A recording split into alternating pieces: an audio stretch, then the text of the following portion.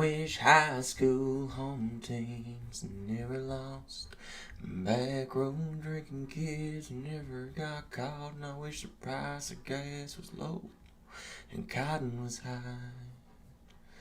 I wish grandpas never died. What's up, everybody? Welcome back. Another watch list. How's everybody doing? Big day. Big day. We're going back to back to back to back every day this week. We're having monster days. It's going really well. How's everybody doing? Hope you guys are trading well. Tina likes the song. Mister, what's going on? Chris, good to see ya. How we doing? So, let's start off with open. Let me see here. I clipped the important part from the watch list yesterday. There's the link to the timestamp. It's 30 seconds long, lays out the exact plan. What's going on, Mike? So that link there, my Twitter link, lays out the exact plan in 30 seconds of what I was looking for on open. And then anybody who is in the Investors Underground chat room, you can click through here, and I did a full in-depth trade review with Sam and Stan today. So feel free to click through those links. And without further ado, let's dive into this trade. So, multi-day runner, up from the breakout about 90 cents, the low about 70 cents, runs all the way to $5. Doesn't go red. We get this big blow-off volume day, clearly bigger than all the others, huge top wick, tons of bag holders, big hard crack into close. First day, closing below VWAP, sideways. This gap up was a gift, and it faded, closed below VWAP. So now we've got one red day, and it gaps down and fades. 2 red days. There was no way this thing was going green. But what we did get was a little grinding action into close, sideways. It wasn't making new lows like it was the prior day. It started going sideways. So I had noted on the watch list yesterday, I bought some into close in the 230s using $2 as a guide. Going into today, we get this little flush here into 7 a.m. Holds, but I don't have a new risk level to use, so I'm not going to add just yet. Right here, I start to add, and I get 2R risk versus $2 on this entry. So now I'm a bit bigger size, because now it's gapping up. We're past 9 a.m., looks like it's going to hold green, and in the past, on this stock, red was an important trigger, because it never went red for 6 or 7 days. And now on the backside, it goes red and stays red. So now the first time it's green, I feel like that should be an important trigger as well. Now, we get this flush off the open that gets absorbed right away. So I add. And at this point, I move my risk to 220-ish. I'm going to give red to green, or green to red, a little bit of wiggle room. But it's not a hard stop. I would let it test and prove itself. Then we get this possible double bottom, pulls back, breaks lows, but doesn't continue lower, so I add again. Now at this point, I move risk to green to red, because now we've got this double bottom. If I get another low a day break, it shouldn't go much further. And then we get a higher low. Now I'm adding. Now I'm about 2R risk off of green to red. And then we get this 245 break and this high day break, and I'm just adding. So now I'm adding here with the starter at 230, my adds at 240, and then my adds at 245. I had like a 242 average. So now I'm risking low a day, 242, risking 6 cents, and my goal was 280 to 3. So risking 6 cents to make 40 cents, it's a massive risk reward trade. So the way in which I traded it was we got a straight up parabolic move. So I'm locking in towards that 280 line. I have this line drawn at 276, doesn't really matter. 280-ish. We get a straight up move, couple cents off of it, so I'm locking in. Locked in about a quarter. Anticipating a straight up move, stocks don't go straight up or straight down. They push, pull, consolidate, choose the next direction. So now we get this move, we get a pullback to VWAP. I start adding, we get a swipe, but it doesn't keep going. So I size back down to a core position. We get a VWAP fail. I monitor a few chat rooms, and everybody and their mother was downsizing and stopping out of their position here because we had this support crack, we had this VWAP crack, everybody's stopping out. And what did it do? It broke by like 3 or 4 cents. So I add. Higher low, I add. Lock in, back into prior resistance. It holds above VWAP, I add. This is that undercut and rally setup that we were talking about a few weeks ago. So now that we get this quick flush and reclaim, now I'm like, okay, this is game on.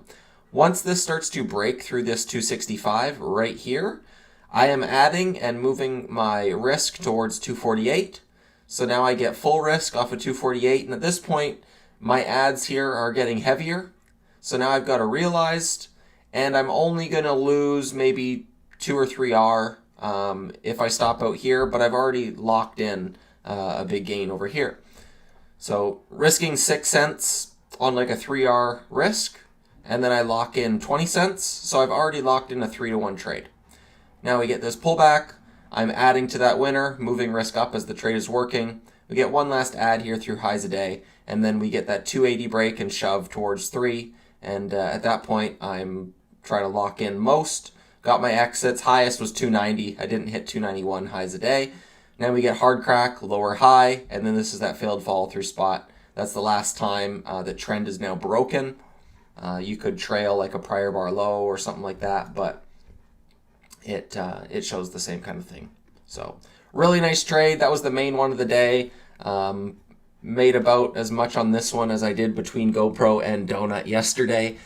So you can imagine I was fairly sized on that one. So really nice trade. One of my bigger trades. Definitely my biggest trade of the month. One of my biggest ones of the last couple months. Very high conviction. Super liquid. Could trade any size you want. Really nice trade. Iova. I traded this one here as well today. Didn't last super long. Looks much better on the daily. It did pop green briefly.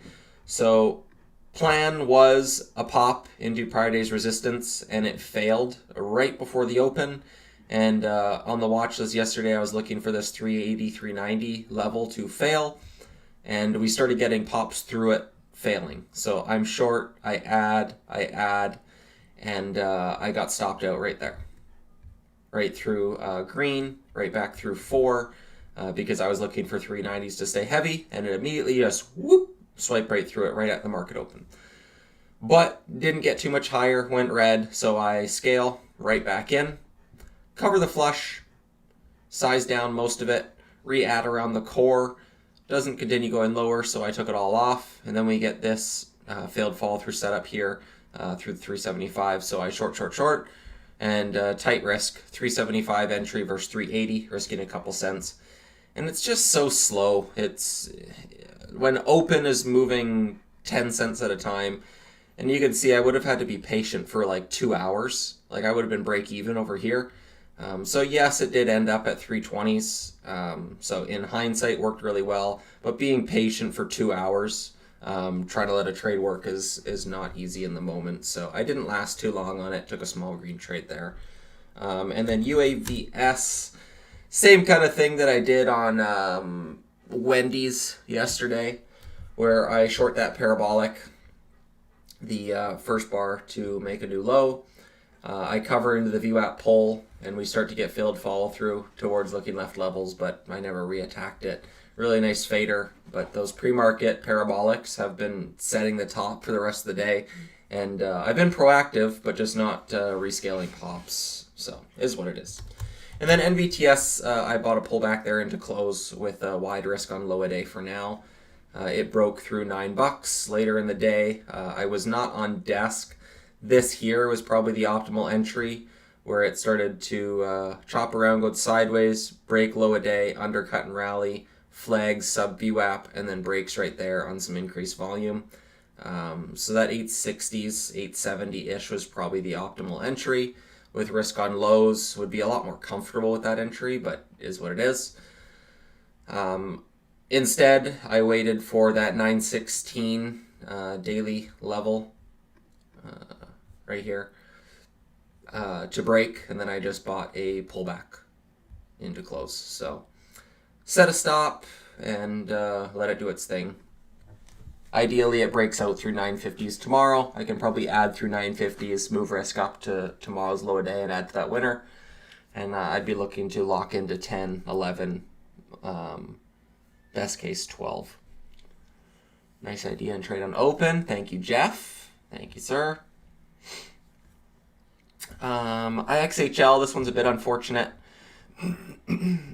This one was going into A+ territory as it started to parabolic in after hours, started to speed up.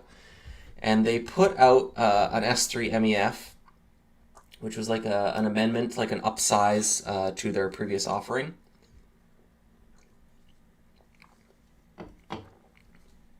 And I got the news, came across my desk at 4:07, right there. And it pulled back, and the next bar went straight back up. So I start second guess, like, is this because the filings and stuff I was referring to yesterday in the watch list? I did some more research on it this morning, and I thought it showed a vote that was proposed in May about increasing their authorized shares from 100 million to 800 million. But in their most recent 10Q, it still says 100 million authorized. So I'm not 100% sure that they can really dilute that much. So I wasn't sure if that S3 MEF comes out, and there was no SSR, so this easily could have just been shorts hammering it. And then it comes right back. So I second-guessed myself and missed this entire unwind, unfortunately. Contemplated the dip buy, but as I was at work, I had my computer with me and I was watching it, but I just by the time I changed my route to like a sub $1 route, so I don't pay crazy commissions, and trying to mess around on mobile with the level 2 and stuff, I was too slow. I wasn't at my station, my trading station, ready to trade it. So ended up missing that dip buy, but I think that was the best opportunity more than chasing the short, because I think the short easily could have trapped. But that dip buy right back into that 60-cent level over here, prior highs, I think that was definitely the spot. But I'm not 100% sure that this move is completely over. I think the week open could easily trap as well, but it's nothing I think they could absorb this gap down and still run it into that phase 2 news. But it's nothing I'm going to bet money on. I'll just let it do its thing at this point. No real bias. That was more than the range that should have happened on a pullback. So open, I think there was merit probably to shorting this bounce into threes for the swing. I think in the next few weeks this is probably sub 1, but not really sure. Look at that volume profile. If that ever gets over 3 again, that's going to be pretty damn impressive. But I think this ends up back sub 1 at some point. The next trade on it for me would be, if this were to go parabolic tomorrow back up into 3, I'd react to that. But what I'd like to see is a couple more sideways inside days and then get that 2 bounce and rollover trade. Kind of like CoreWeave did on a bigger cap name. But you get this little bounce and it sets this flat bottom, and then like short for this day is ideally what I would like on open. So if it could do a couple more sideways days and get a rollover trade. FFAI, this is why I don't buy breakouts with overhead resistance. Ton of overhead resistance on pretty big volume, so this breakout does not get going. So the only reason I kept it on this list was to show. That's why you don't buy breakouts with overhead resistance. The few that work get given back with the ones that fail. GoPro technically could fit a backside bounce. I don't love that it bagged a few more people trying to bounce it today. So you're just adding more supply every time it tries to bounce. I think it could get back into like 190 to 2. So I will keep it on watch off of like a weak open and opening range break, but I'm not going to be crazy. Like open was A+++. It's set up perfect. Something like GoPro, I would not use more than a 1 hour risk on it and maybe try it once. D-Fly, kind of the same thing. I'd use like a 1 hour risk on it and try it once, where you get that 17 to 60s. You get 2 days of pullback on lower volume and lower range. But I do think that this could bounce back up to the upper 40s. So I will keep this one on watch versus prior day's lows and possibly bounce that one. But again, not super high conviction. PSTV, this one started to get good. Again, tons of overhead resistance.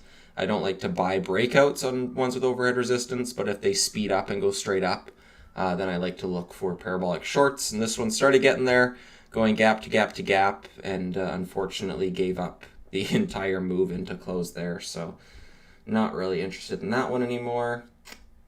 Donut, not really interested in this one. Sideways. Let me catch up on chat. KSS was not a first green day today.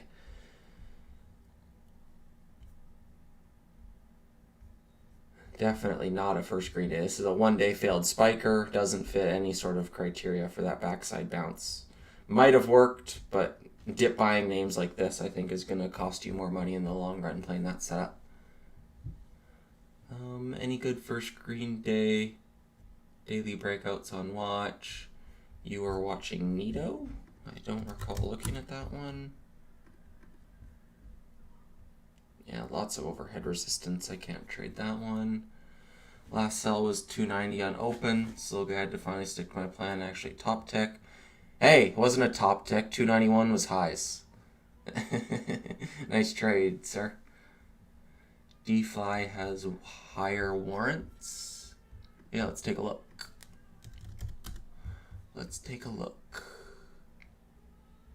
Overhead supply, not a ton. They do need cash. They've got an S1 sitting there. They've got a few warrants at a penny, a few warrants at 9 cents. Yeah, those warrants are nothing to really be worried about. There's not many of them. There's no ATMs. Yeah, I'm not super worried with that dilution. There's very little. The dilution on D-Fly does not bother me.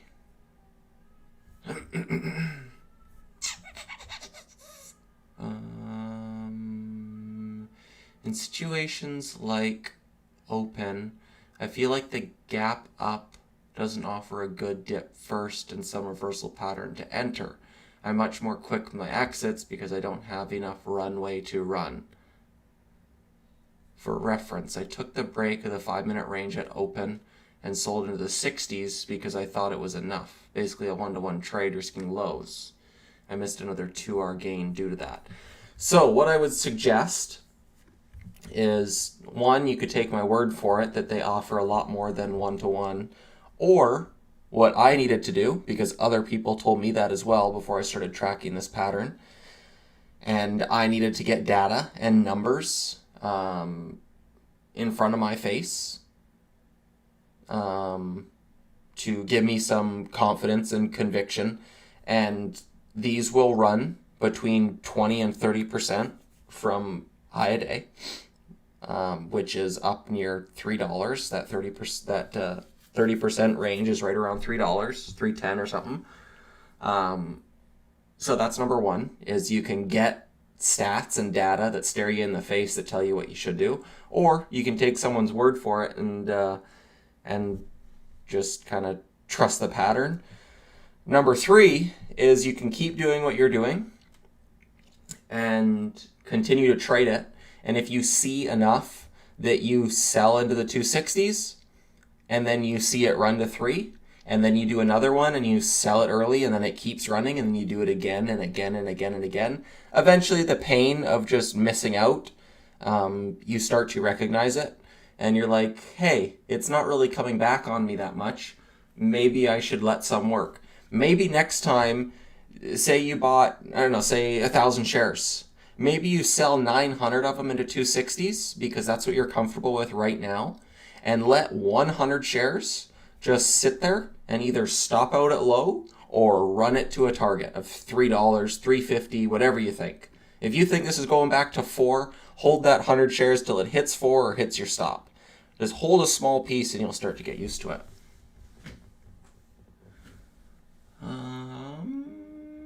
BTOG, you're watching for a bounce. Yeah, that's got too much overhead for me. Didn't really run enough. The breakout there of 45 only ran to $1. It's tried to bounce multiple times. I'm not super interested in that one. Yeah, how do I suggest you work that out? I got it. Doesn't DFly have some warrants at 2? I mean, probably, but this thing's trading at 40 cents. If it's got $2 warrants. In February, they've got... No, those ones all got used. In February, they had just under 2 million warrants at 233, but they've used all those. If that's what you were referring to.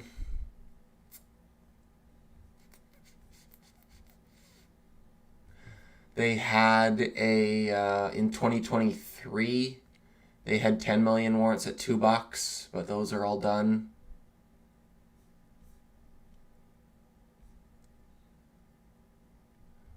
Price to get over baby shelf is at 228. I doubt it's going to get there. I'm just looking to trade it for a bounce. I'm not looking to marry it and take it all the way back to $2. Oh, you're talking about their S1, their registration. I see what you're talking about. Their one from June 2023. That one was through Roth, but I believe it's got used. There was 10 million warrants. I think that one's been used back in 2023, if that's the one you're talking about. Diamond hands, yeah. Not a chance.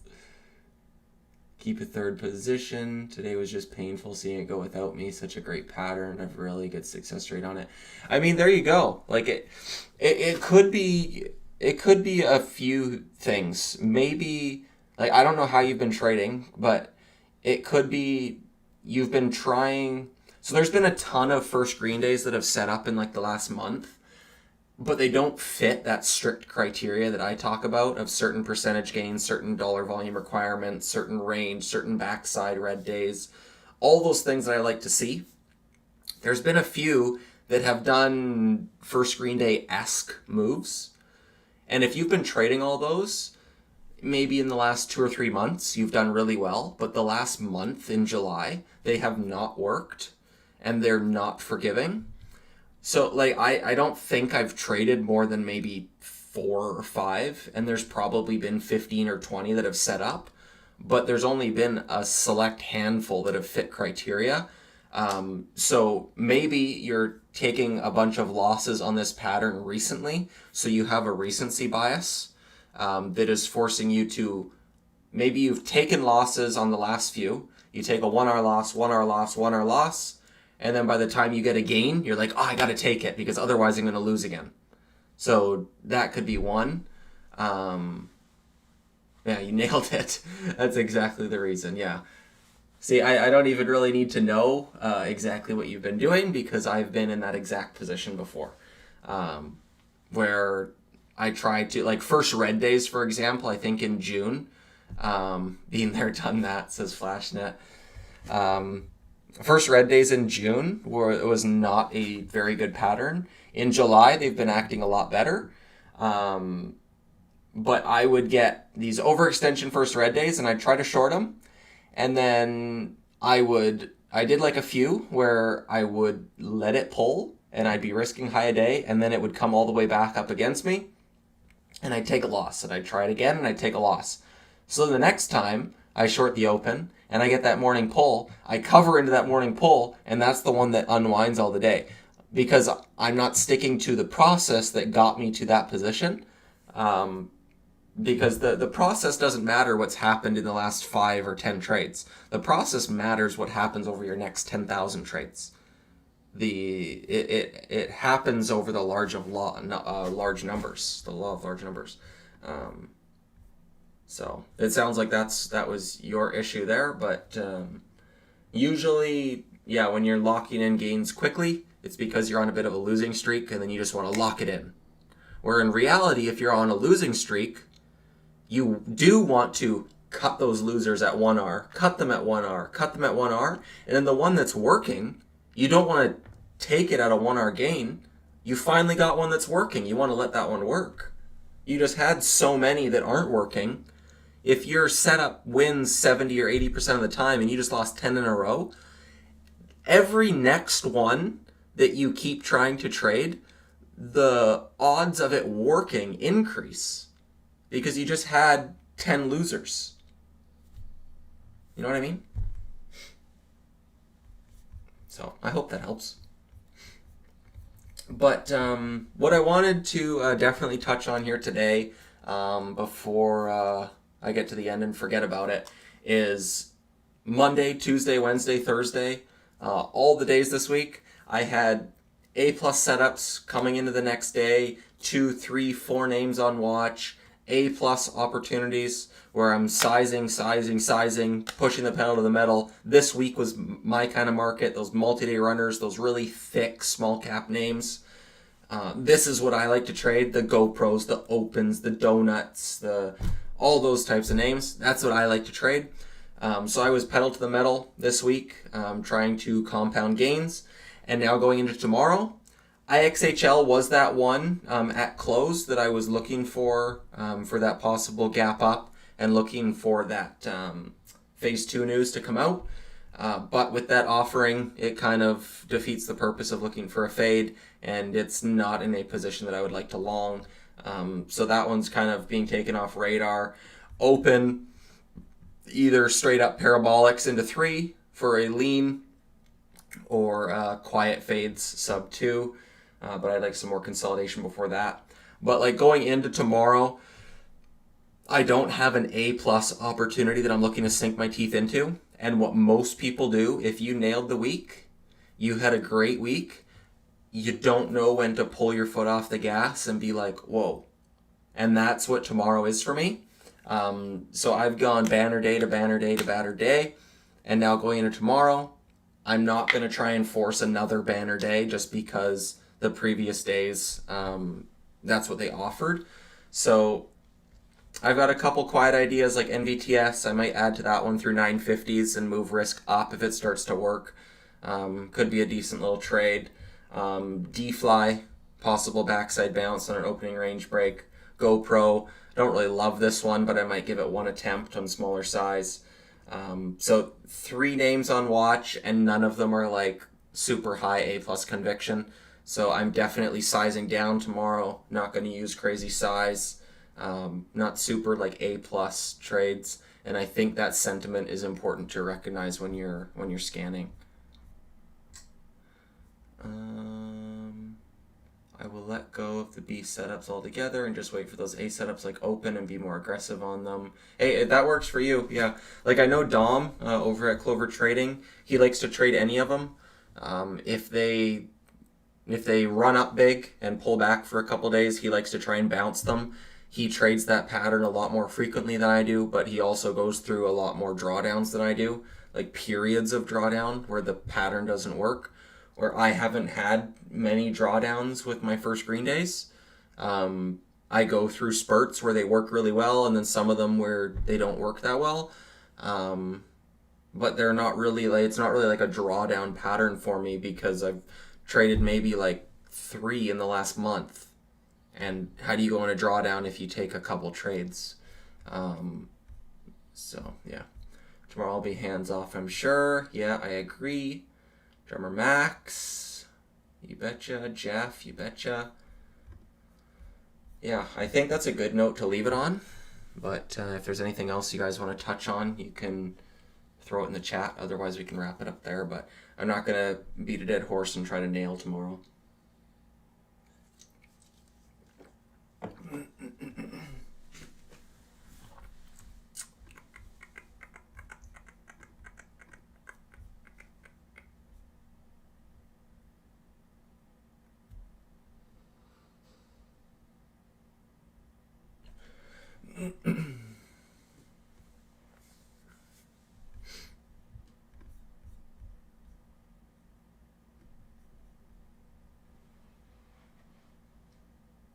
What makes KSSS not a reversal but GoPro one?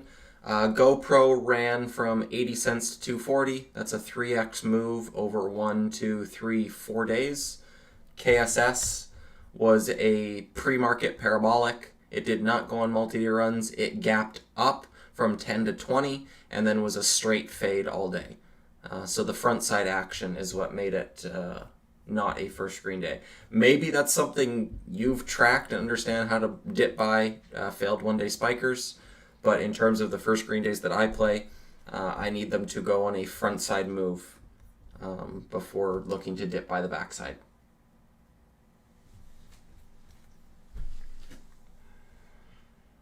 Any thoughts on LiDAR? Second green day towards 52-week highs or fader. Wasn't that the fader today? Yeah. That's a day one gapper. It's still up 100%, 160% at close. Held sideways throughout most of the day. So I'm not super interested in trading this. It's a day one gapper, faded all day, and then held sideways for the rest of the day into close. Just nothing I'm really interested in trading. I don't have a pattern to trade that one.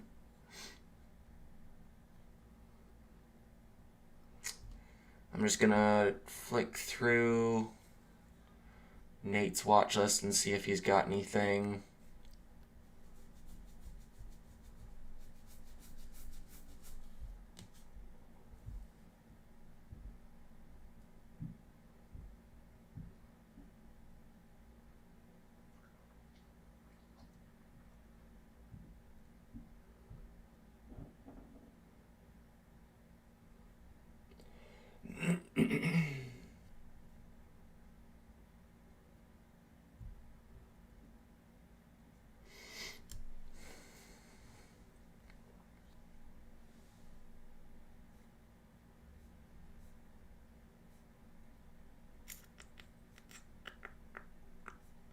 Low close starting to break out. Nice little move.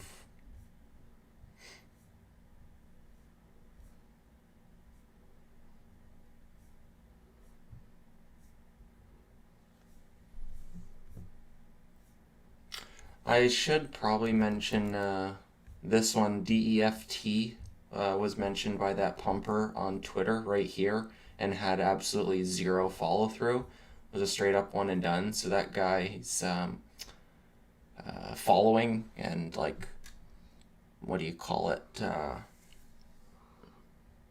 His staying power, I guess you would say, of his tweets has kind of come and gone. They don't move the needle so much anymore.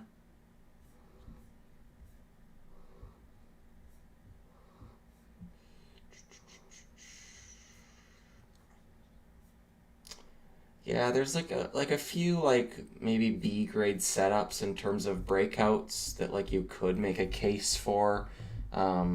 SGMT tried to break out today. It looked okay on the daily, but just not a ton of volume. HIT looks like it could be like consolidating for another leg, but it was a prior liquidation, so I don't really want to try to buy that one. ELPW starting to round and break, but bunch of overhead resistance. QBTS, I haven't done really well with the Quantum Basket. This one is breaking out and holding up near highs, but I just haven't done well with this sector, so I probably just let it live its life. So, yeah. I just think it's a good day to be hands off tomorrow. Maybe risk 1R and bounce. Doesn't need to be a big day every day.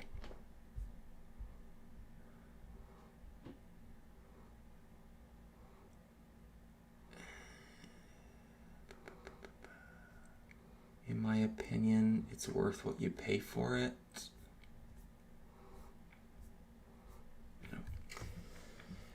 Alrighty, guys. Well, thank you guys for tuning in. That's my review for the evening. A little bit of a watch list for tomorrow, but nothing really gung-ho. So, hope you guys had a great week. And if you didn't, don't feel like you need to make it up into the last day of the week. And just because it's one guy's market doesn't mean it's someone else's market.